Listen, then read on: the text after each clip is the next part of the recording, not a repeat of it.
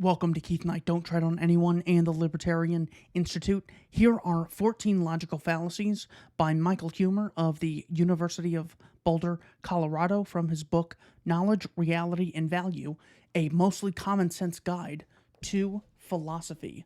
Number 1, anecdotal evidence. Often people try to support generalizations by citing a single case or a few cases that support the generalization. Scientists call this anecdotal evidence. Example: you try to show that immigrants are dangerous by citing a few examples of immigrants who committed crimes. Anecdotal evidence has two problems. First, usually when people do this, they don't pick a case randomly. They search for a case that supports their conclusion while ignoring cases that don't. See cherry picking. Second, random variation.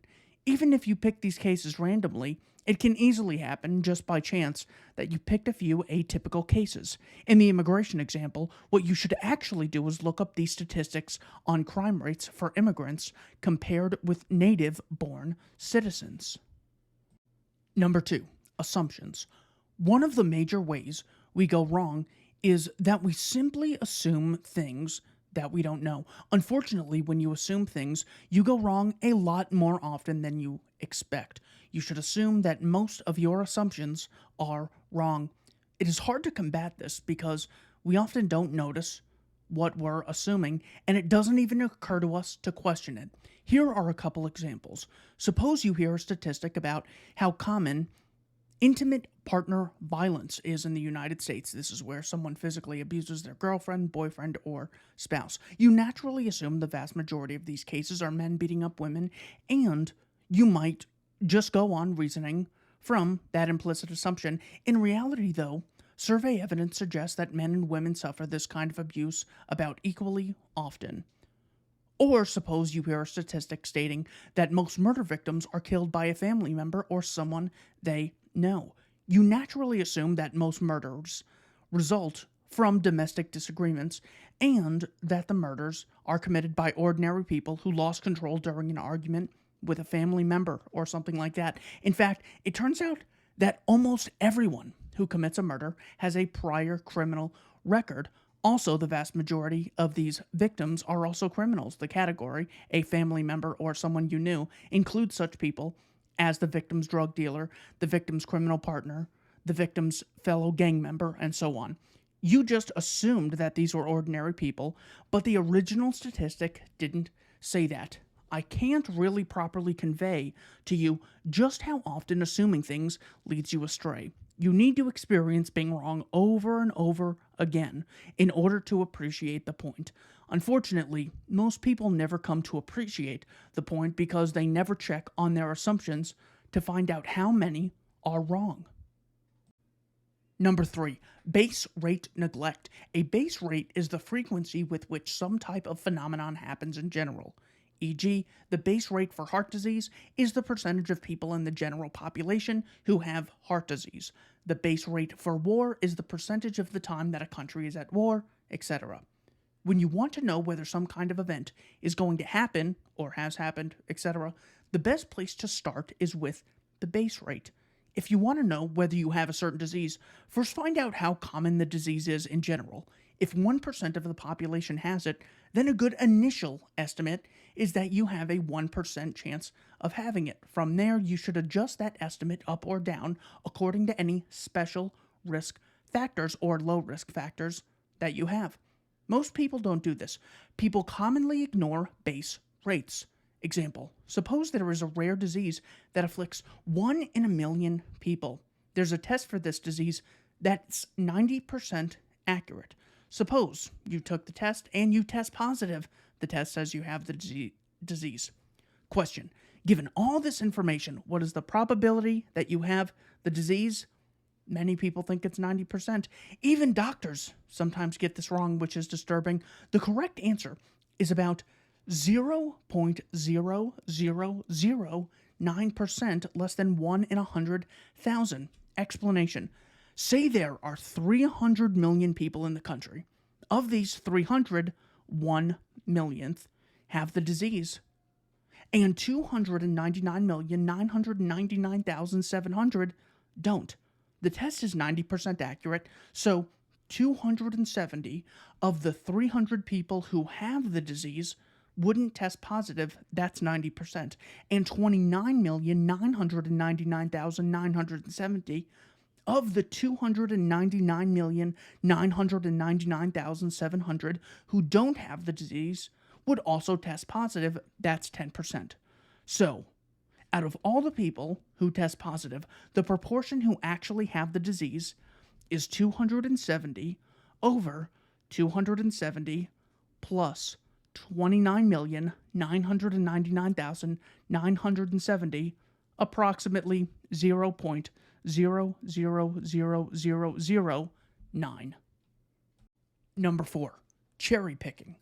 Cherry picking refers to the practice of sifting through evidence and selecting out only the bits that support a particular conclusion, ignoring the rest. Simple example. I have a bag of marbles.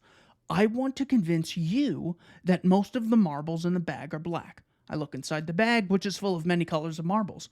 Black, red, teal, chartreuse, and so on. I pick out 5 black ones, show them to you and say, see, these marbles came from the bag. I don't show you any of the other colored marbles that were in the bag. You might be misled into concluding that the bag is full of black marbles.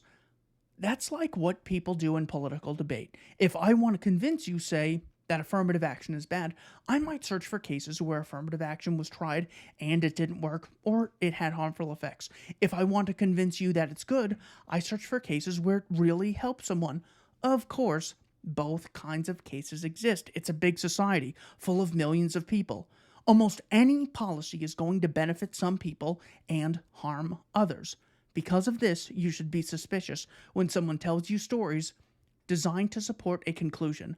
Always ask yourself whether they have a bias that might have caused them to cherry pick the data. Number 5, confirmation bias. When asked to evaluate a theory, people have a systematic tendency to look for evidence supporting the theory and not look for evidence against it. This happens especially for theories we already believe, but can also happen for theories we initially have no opinion about. Example, if asked whether liberal politicians are more corrupt than conservative politicians, a conservative would search through his memory for any cases of a liberal doing something corrupt, and he would not search through his memory for cases of conservatives being corrupt. A liberal, on the other hand, would do the reverse. Each just looks for cases that support his existing belief and does not look for evidence against it. This is called confirmation bias. To combat this, it is necessary to make a conscious effort to think of exceptions to the generalizations that you accept and to look for evidence against your existing beliefs. Whenever you feel inclined to cite some examples of supporting belief A, stop and ask yourself whether you can also think of similar examples supporting approximately A. Number 6, credulity. Humans are born credulous. We instinctively believe what people tell us, even with no cooperation. We are especially credulous about statistics or other information that sounds like objective facts. Unfortunately, we are not so scrupulous when it comes to accurately and non-misleadingly reporting the facts. There is an enormous amount of disinformation in the world, particularly about politics and other matters of public interest. If the public is interested in it, there is bullshit about it. I have noticed that this bullshit tends to fall into 3 main categories. First, ideological propaganda.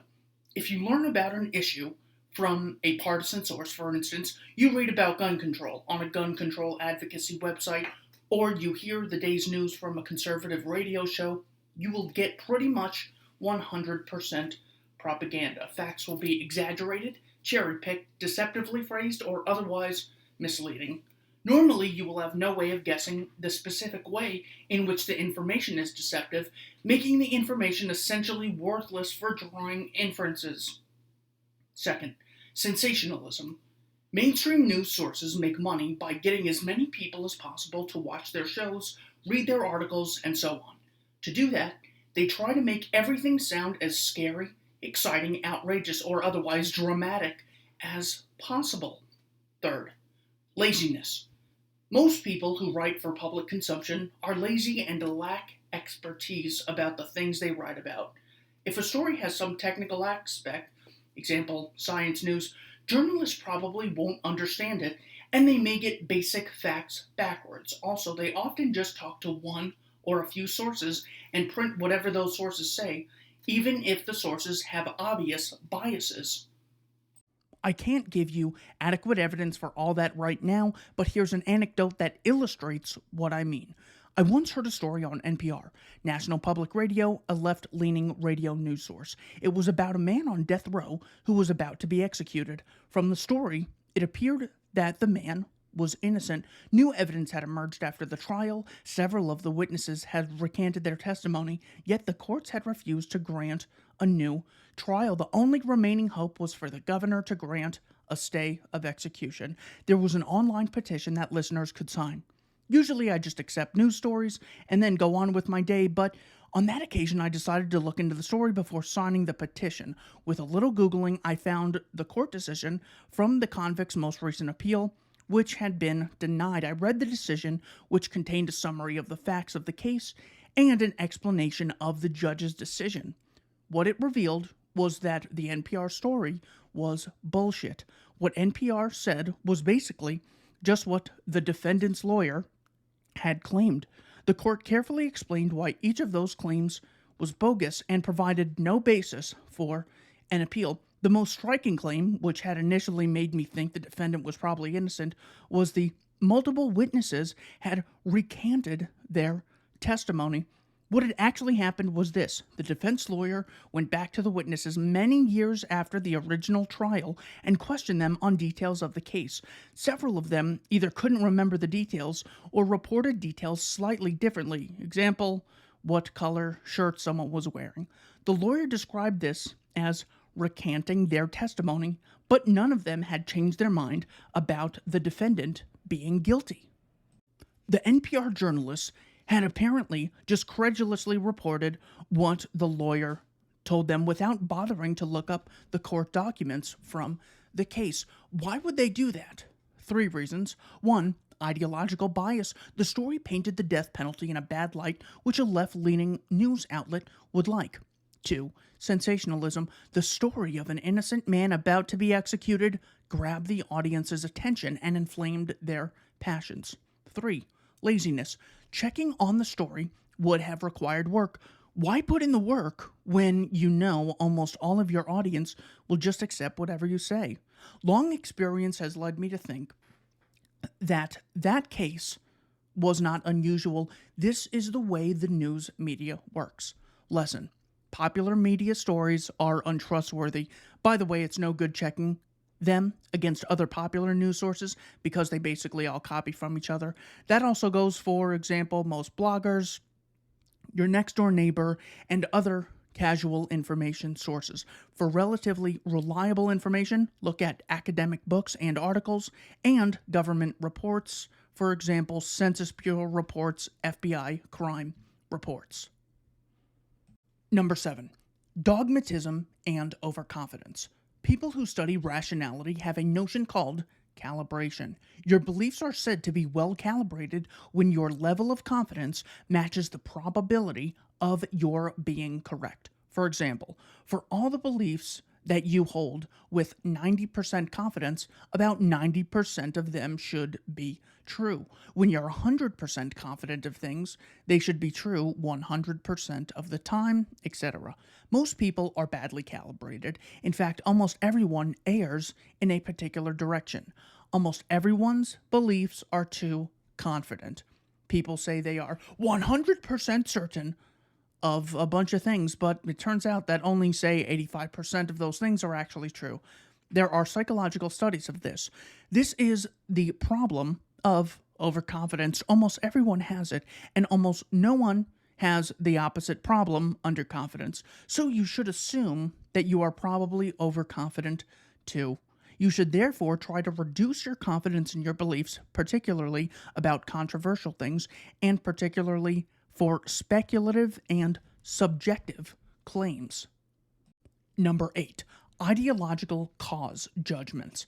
Back in 2008 to 2009, America suffered a severe economic recession. A lot of people lost money, lost their jobs, and were generally unhappy. What set it off was problems in real estate. Home prices had gotten very high, then they dropped. A lot of people started defaulting on, not repaying, their home loans. Banks were in a lot of trouble, and other investors and financial companies were in trouble because they'd made investments that depended on home prices staying high and home loans getting repaid. In the wake of the crisis, many people tried to explain why it had all happened. This included people with opposing ideologies. Roughly, there were people with pro-government and people with anti-government ideologies, and both tried to explain the crisis. Can you guess what the two sides said? The pro-government people said the recession happened because there wasn't enough regulation, and they had listed regulations that, if they had been in place, would probably have presented the crisis. The anti-government people said the recession happened because there was too much government intervention, and they listed existing government policies that, if they hadn't been in place, the crisis probably wouldn't have happened. Notice that the basic factual claims of both sides are perfectly consistent. It's perfectly possible that there were some actions the government took such that, if the government hadn't taken them, the crisis wouldn't have happened, and also there were some actions the government failed to take such that, if it had taken them, the crisis wouldn't have happened. It's perfectly plausible that the crisis could have been averted in more than one way, either by adding certain government interventions or by removing some other government interventions. Which alternative you focus on depends on your initial ideology. Both sides took the episode to further support their ideology. We have too much government, or we need more government. These conclusions were supported by their respective causal interpretations. The recession was caused by government interventions, or the recession was caused by failure of government to intervene. Who was right? Assume the facts are as stated, that some additional interventions would have prevented the recession, and the repeal of some other interventions would have prevented the recession. In that case, we should either accept both causal claims or reject both causal claims, depending on what we mean by cause. If we mean sole cause, then we should reject both causal claims, i.e., we should say the recession was not caused either by government intervention or by failure to intervene. If we just mean factor, such that if it were changed, the effect wouldn't have happened, then we should accept both causal claims. The recession was caused by intervention and by failure to intervene. It's okay to say that X was caused by Y, provided that you also recognize all the other things that cause X in the same sense. If there are many different causes, then you need additional evidence or arguments to establish which of the causes is the best one to change. In the recession case, we would need independent arguments to establish which cause of the recession, intervention, or failure to intervene it would have been better to change. Number 9. Oversimplification. People very often oversimplify philosophical issues. Say you're thinking about the morality of abortion. Attempting simplification would be to say that there are two positions, pro-choice and pro-life, or pro and anti-abortion. Either fetuses are people, and killing them is murder, or fetuses aren't people, and killing them is perfectly fine. But this overlooks the possibility that late-term fetuses are people, but early-term fetuses are not. Or maybe personhood comes in degrees, and fetuses become progressively more person-like as they develop. Or maybe fetuses are persons in some senses, but non-persons in other senses. So there is a range of possible positions, not just two. Viewing things in black and white terms is a common oversimplification. We look at two simple positions rather than considering a spectrum of possibilities. The problem is that often the truth is a more subtle position that doesn't clearly fall under either of the two simplest categories of view. Number 10. P-hacking. Similar to cherry picking, p-hacking or data mining sometimes happens in science. A scientist has a large amount of statistical data with different variables. Even if all the data is completely random, any complex set of data is going to show some pattern that looks significant. Essentially, one can take the data and use it to test many different possible hypotheses. Even if all the hypotheses are false, eventually, just by chance due to random variations in the data, one of the hypotheses will pass a test for statistical significance. This is one reason why many published research results, especially in medicine, psychology, and social science, are false. Example, a study will find that some food increases the risk of cancer for non-smoking middle-aged men, but then when someone tries to replicate it and they don't get the same result, it's because the original result was just due to chance. Number 11, speculation. Speculative claims are essentially guesses about things that we lack the evidence to establish as yet. Claims about the future or claims about what would have happened in hypothetical alternative possibilities are good examples of speculative claims. Example, you're arguing about whether it's good for government to try to stimulate the economy by spending money. You say, this is good because, example, if the government hadn't stimulated the economy back in 2009, the recession would have continued much longer. This is speculative. We don't know what would have happened because, in fact, the government did pass a stimulus plan, and we can't go back in time and change that to see what would have happened if they didn't. The problem with speculative claims is that people with different philosophical or political or religious beliefs tend to find very different speculations plausible. Example, people who are suspicious of government will find it more plausible that without government stimulus, the recession would have been shorter. So, arguments that start from speculative premises are typically not rationally persuasive. Advice: if you want to rationally persuade people of something, try to avoid speculation. Number 12. Subjective claims. Roughly, a subjective claim is one that requires a judgment call, so it can't just be straightforwardly and decisively established. For example, the judgment that political candidate A is unqualified for office, the judgment that it's worse to be unjustly imprisoned for 5 years than to be prevented from migrating to the country one wants to live in, the judgment that Louis C.K.'s jokes are offensive, etc. This differs from speculative claims because in the case of speculation, there might be ways that the claim could, in principle, be decisively verified. It just hasn't, in fact, been verified. Note, I am not saying that there is no fact or no answer as to whether these things are the case or that they are dependent on people's opinions. What I am saying is that there are not clear established criteria for these claims, so it is difficult to verify them. Maybe it's true that Louis' jokes are offensive, but if someone doesn't find him offensive, there is no decisive way of proving that he is. People often rely on subjective premises when arguing about controversial issues. The problem with this is that subjective claims are more open to bias than relatively objective. That's the opposite of subjective claims. So, people with different philosophical or political or religious views will tend to disagree a lot about subjective claims, and for that reason, they are ill-suited to serve as premises in philosophical, political, or religious arguments. Advice: try to base your arguments as much as possible on relatively objective claims. Number 13. Treatment effects versus selection effects.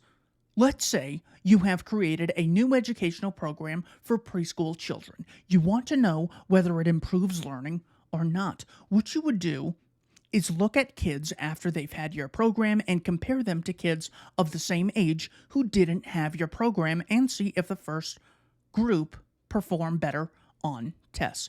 Let's say kids who had your special program performed 10% better on later tests on average. Then you'd probably conclude that your program works.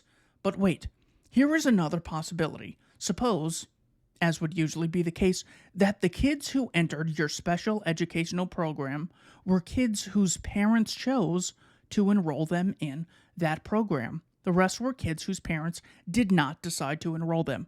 Furthermore, maybe the parents who enrolled their kids in special programs are, on average, smarter and value education more than the parents who didn't do that. Furthermore, maybe intelligence and value placed on learning are partly genetic, and so these parents pass those traits on to their kids. So the children who went into your program were already, on average, smarter and more interested in learning than the children who didn't go into the program, and maybe that explains why they did 10% better on tests after the program. Maybe your program had no effect at all. It's just that you got the smart kids in it, and that made the program look good. That is an example of a selection effect, a case where it looks like A causes B, but it's actually just that the instances of A that you tested were already more likely to be B's for other reasons. Selection effects are contrasted with treatment effects, cases where the thing you're testing really causes the effect that it's thought to cause. In the education example, academic success is correlated with taking the special program. This could be due to treatment effects, meaning the program causes kids to learn more, or due to selection effects, meaning the program selects students who are already good at learning. Selection effects are very often mistaken for treatment effects. Another example, you want to know if some vitamin improves people's health, so you look at people who take the supplements of that vitamin regularly, and you find that they are healthier than the people who don't take it. You think this shows that vitamin supplements are good for people, but actually, it's more likely a selection effect. People who take vitamins are more likely to also be exercising, eating healthy foods, and so on, which is why they would be healthier on average, even if the vitamins did absolutely nothing. Number 14. Whataboutism. Similar to tu quoque, see section 4.1 above, whataboutism occurs when someone criticizes something bad and you respond with, what about X, where X is some other bad thing. Example, someone complains that the current president's budget proposal has a very high deficit. You say, what about the previous president? He had deficits too. Or someone complains that the president just murdered a child. You respond that some other political figure from an opposing party also murdered children. What about that, you demand? The reason people engage in whataboutism is that rather than being interested in practical issues about what should be done in our current situation, they instead see political discussion as a kind of tribal contest, a competition between their side and the other side, where whoever makes their side look better wins. So they don't want attention focused on any flaws in one of their side's people, example, a politician from their own political party. So they try to divert attention to something that's bad about someone on the other side. The problem is that this practice systematically prevents evil from being addressed. For any evil in the world, unless it's literally the worst thing in the world, one can always identify some other, even worse evil and say, what about that? For any evil done by any political leader, it will virtually always be true that some other leader from another party has, at some time, committed a similar evil, and also that members of that person's party didn't do anything about it. If your response when you hear about any evil currently happening is to deflect attention to some past evil committed by another person or group, that means that evil never gets addressed. Attention always gets deflected away by whataboutism. The next time someone else is doing something evil, that won't be addressed either, because people will say, what about the present evil that wasn't properly addressed?